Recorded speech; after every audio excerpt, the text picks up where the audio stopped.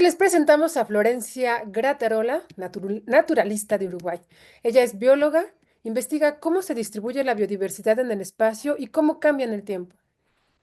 En 2018 formó la iniciativa Biodiversidata, que busca hacer disponibles los datos abiertos de biodiversidad para su uso en la investigación científica, la educación ambiental y la toma de decisiones basadas en evidencia científica.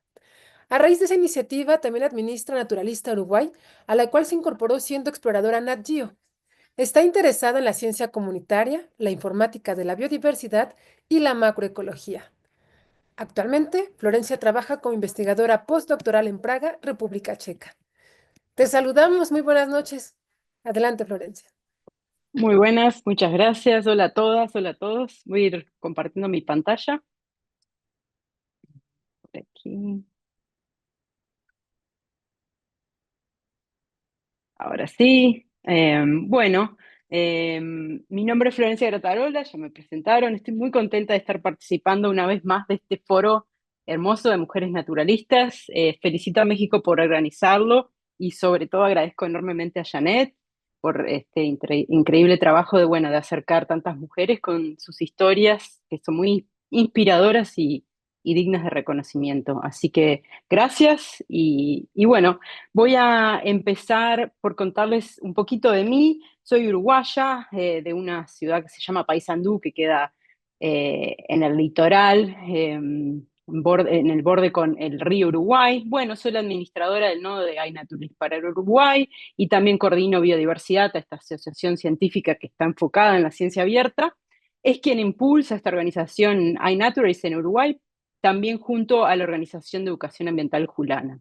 Como me decía Fanny, actualmente vivo en República Checa, donde hago mi postdoctorado, y tengo la gran fortuna de seguir investigando en temas de mi región. Y bueno, hoy justamente voy a contarles un poco de algunos de estos trabajos. Em, Les voy a contar sobre dos casos de usos de iNaturalist en la investigación, de los que formé parte, y también voy a cerrar destacando a dos personas que me han ayudado y ayudan a sostener Naturalista UI, que, o casualidad, son mujeres. Bien, el primer caso de uso de datos está relacionado al estudio de los cambios temporales en la distribución geográfica de carnívoros neotropicales.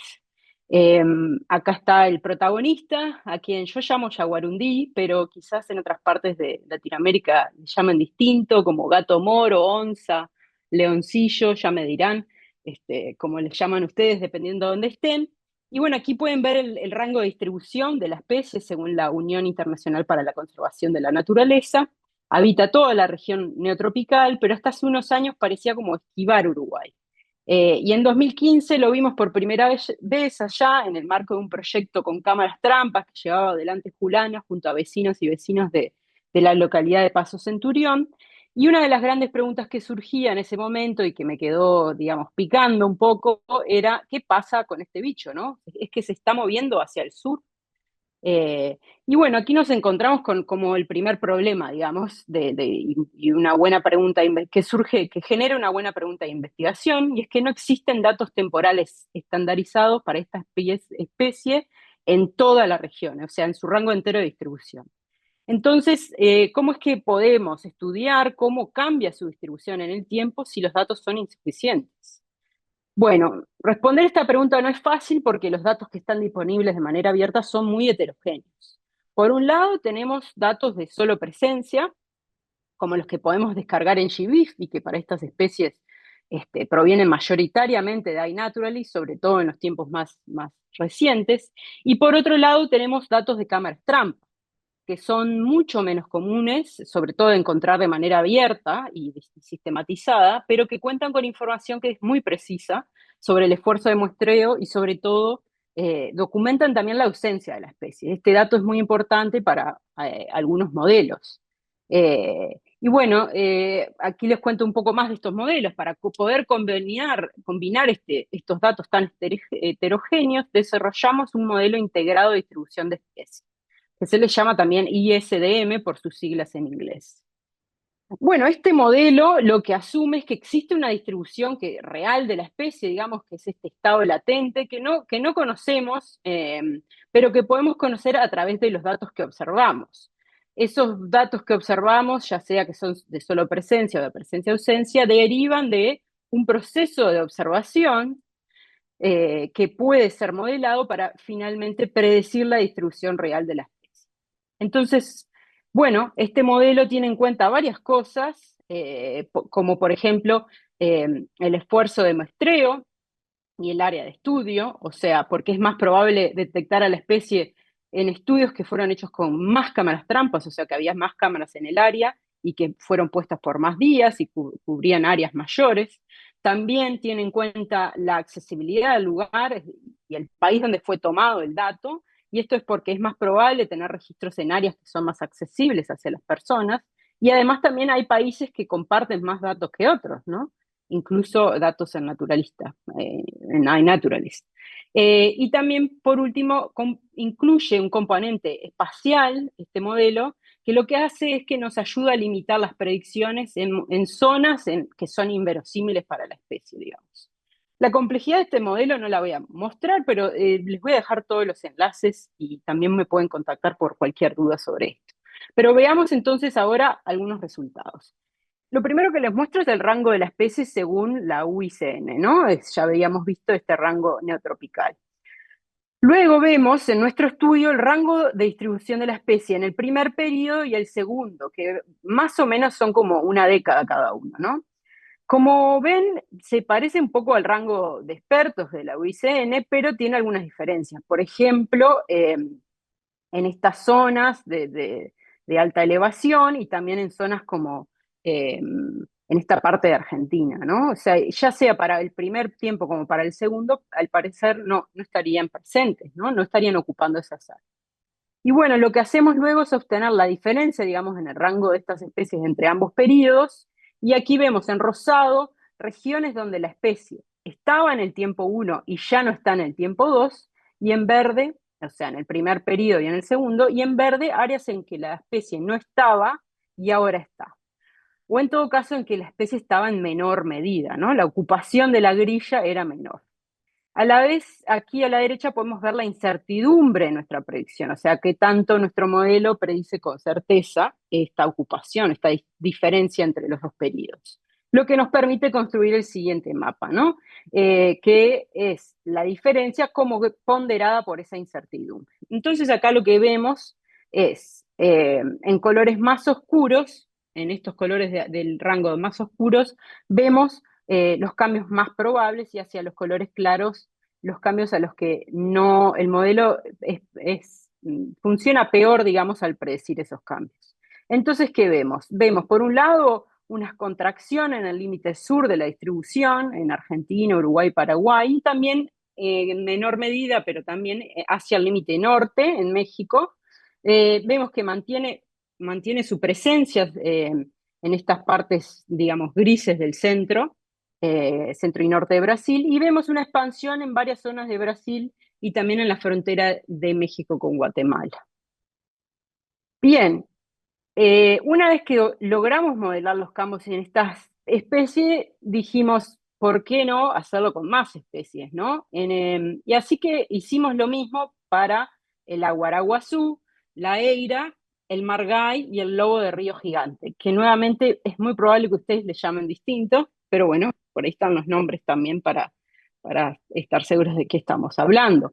Entonces, cuando vemos estos mapas, ahora ya lo que vemos es que todas presentan cambios predominantemente negativos, es decir, si bien hubieron cambios de aumento y de expansión y contracción, en su mayoría todos, salvo el yaguarundí,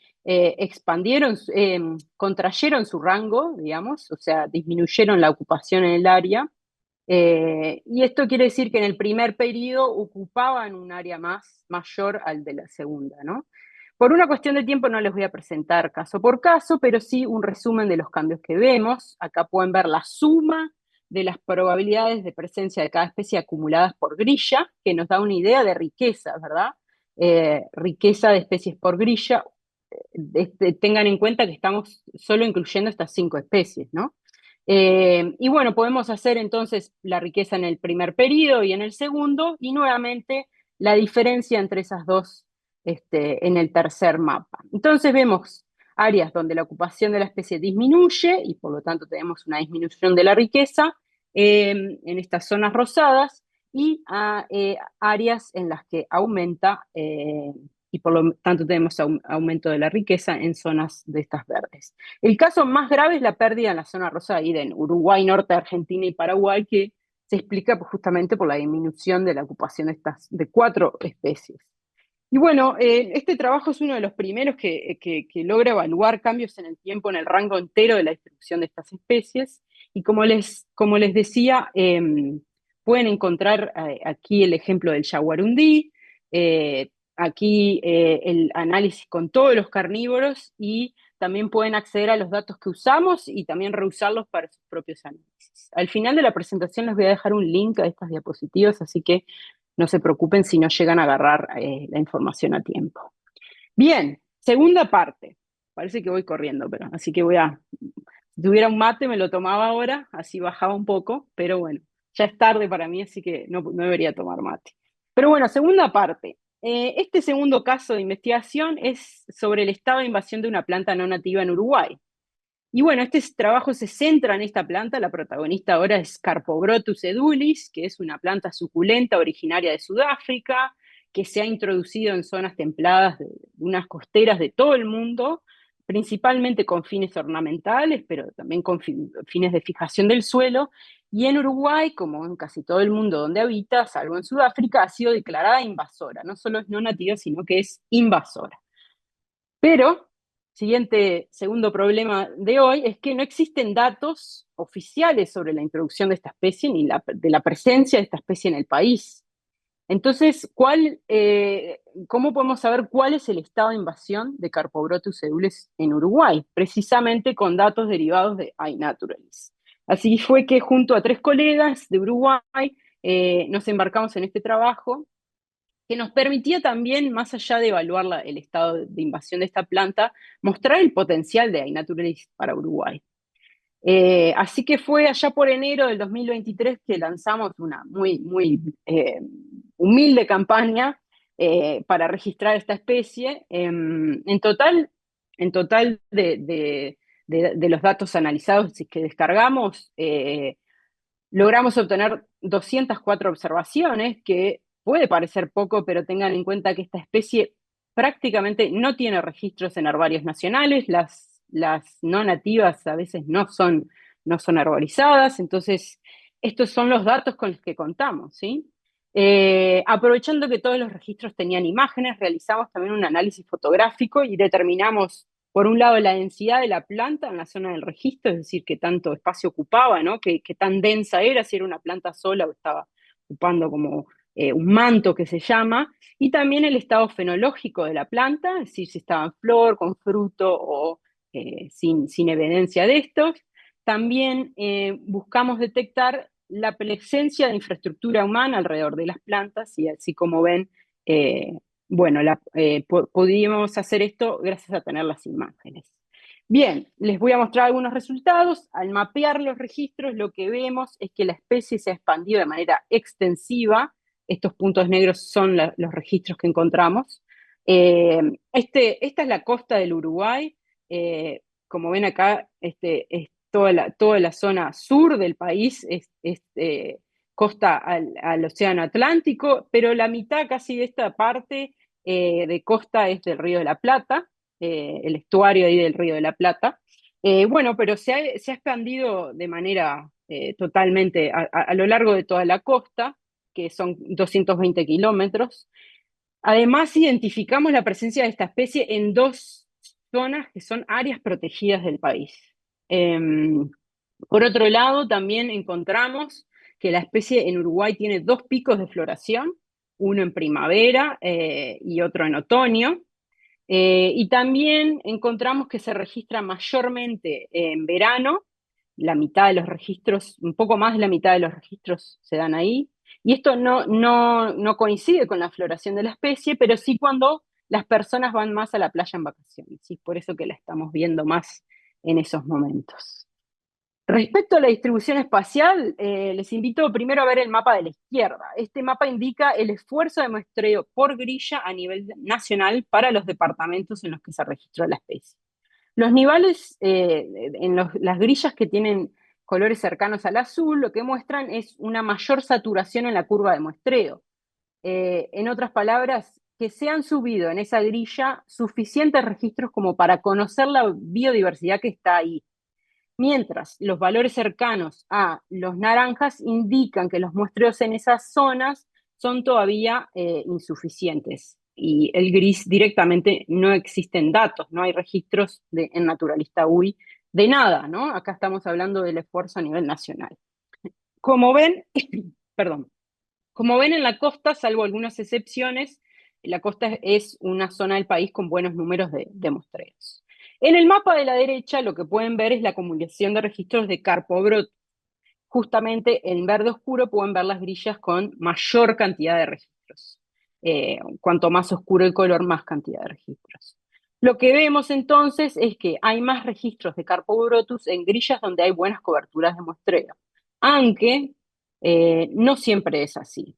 Y les voy a mostrar dos ejemplos que son justamente opuestos a esto. El primer caso eh, es el caso de Montevideo. Lo que ven acá es que las grillas que cubren la ciudad de Montevideo, que es la capital del país, la capital del Uruguay, tienen una muy buena cobertura de registros. Sin embargo, no se ha detectado la planta, o se ha detectado muy poco la planta de Carpobrotus. Y esto posiblemente se explica porque en la capital, que es el lugar más poblado del Uruguay, la mitad del país está en la capital, ya casi no tiene cordones dunares, ¿no? Y por lo tanto, la planta tanto no puede expandirse. Ahora, el otro caso, que sí se corresponde mucho a esto, donde es una zona bien muestrada y con muchos registros, es el caso de la ciudad de Maldonado. Lo que ahí encontramos es una buena cobertura de registros y la densidad más alta de Carpobrotus en el país. Eh, Infelizmente, en esta zona, el propio gobierno departamental ha decidido plantar esta especie para fijar las dunas. O sea, no solo no están intentando erradicarla, sino que colaboran con su expansión. Y bueno, creo que quienes toman decisiones en Maldonado han decidido ignorar la problemática asociada con esta planta invasora. Y por supuesto esto genera un grado de tensión, un alto grado de tensión con la comunidad local que se opone a esta medida, ¿verdad? Bueno, más allá de esto, creo que a raíz del trabajo se logró visibilizar un poco más el problema y, por ejemplo, algunas personas que creían que esta especie era nativa de la zona, ¿no? Y la plantaban en sus jardines, porque, claro, tiene más de 50 años que ha invadido en Uruguay. Entonces, si uno nace en un lugar y la ve siempre, uno piensa quizás que es nativa del lugar, ¿no? Pero bueno, creo que hay una visión un poco cambiada de esto y hoy ya se las ve con otros ojos a esta planta y hay un poco más de alerta frente a quitarla y buscar plantar nativas. Les dejo por acá el trabajo también de esto para que puedan ver si también están todos los métodos disponibles para descargar los datos. Bueno, y ya para ir medio cerrando, me parece importante, ya que me toca como un poco hablar desde mi país, pero no puedo nombrar a todas las mujeres que hacen trabajos maravillosos en mi país, pero sí puedo cerrar con un pequeño reconocimiento a dos que me ayudan mucho a sostener Naturalista UI, que quizás su trabajo no es siempre visible, ¿no? Pero que han estado atrás de mucho de lo que hace a esta plataforma. En primer lugar, a Maggie, que fue quien gestionó conmigo, Magdalena Carabio, fue quien gestionó conmigo el proyecto que dio origen a iNatural Uruguay, allá entre el 2020 y el 2021. Yo no estaba en Uruguay y bueno, fue Maggie quien me mantuvo conectada y me ayudó a coordinar el trabajo desde allá. Y bueno, quería que les contara a ella el trabajo que tiene con este proyecto llamado Refugios de Vida Silvestre, pero Maggie fue mamá hace menos de un mes, así que bueno, me tomo el atrevimiento de mostrarles yo un poco. Este proyecto de Refugios de Vida Silvestre está enfocado en la conservación en predios privados y ellos han logrado crear una comunidad muy linda de productores familiares que han decidido desarrollar conservación en sus campos, además de producir, ¿no? En su mayoría son campos ganaderos. Y bueno, ellos cuentan con un proyecto paraguas en Naturalista UI, así que les invito a conocerlo.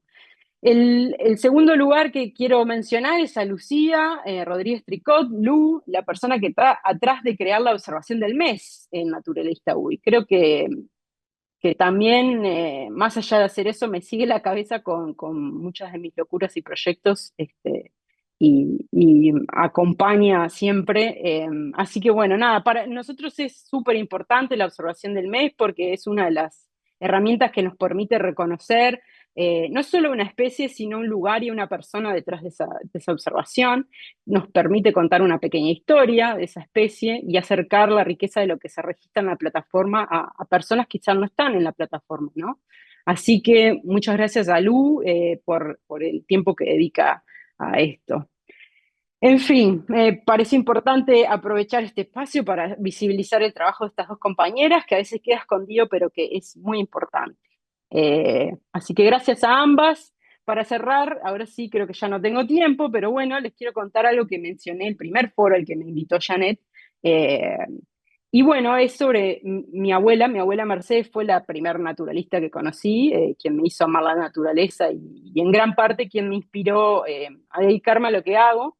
Y bueno, felizmente hace unos años en el campo de mi familia, el monte que ella decidió que debía estar excluido de ganado para que la vegetación tuviera ese espacio, fue declarado reserva y hoy lleva su nombre. Es algo que es muy emocionante para mí y bueno, quería compartirles este pedacito de mí. Así que con esto les dejo y muchas gracias. Espero escuchar a las otras compañeras. Dejo algunas redes de contacto.